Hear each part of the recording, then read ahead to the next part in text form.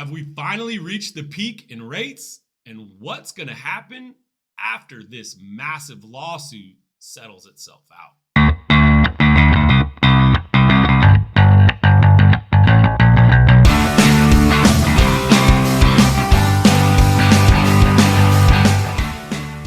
The Fed has spoken, and at the November 1st Fed meeting, they decided to hold interest rates at current levels.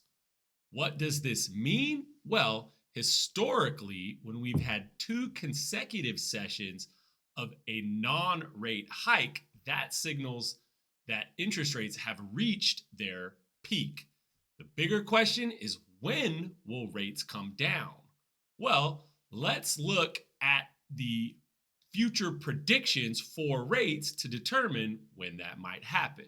Now, if we look at this chart here, the first is right before the September 20th meeting. We could see that they predicted a 70% chance that rates would hold at the November 1st meeting. And if we look at today and the November 1st meeting, we can see that, again, there's over a 70% chance in December rates remain at current levels. Now, to answer the question, when will rates come down? It looks like the first projected decline of the Fed funds rate happens in June. What I do think is that the decline in interest rates will be gradual and not as aggressive as the incline was. You've probably seen the headlines. Big news in the real estate industry, and where do we go from here? So the verdict is in this massive lawsuit. First, some context on where this came from.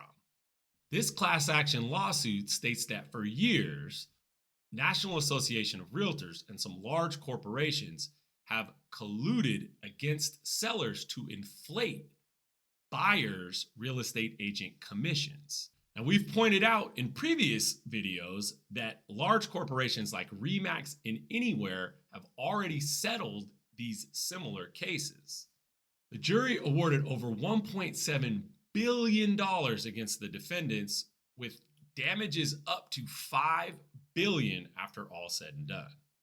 And immediately after the verdict was announced, multiple additional lawsuits came up with big companies like Redfin, Compass, and EXP named as defendants. NAR predictably plans to appeal the verdict, and the final outcome might not be known for years to come.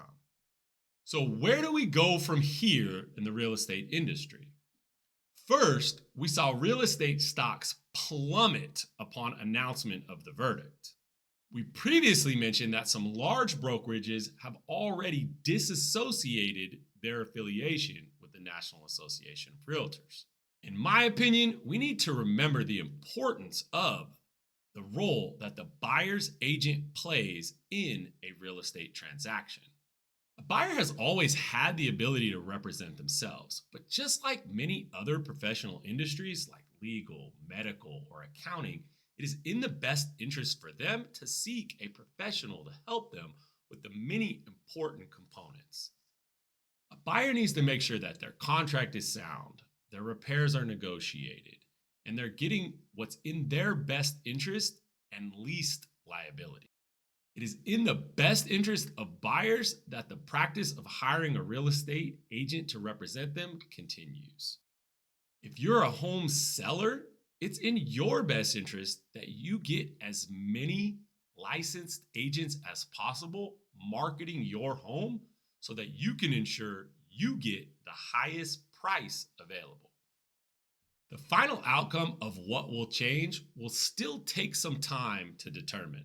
My hope is that buyers will still seek the best representation as possible, and that agents providing the most value will continue to succeed while representing buyers in this challenging home market.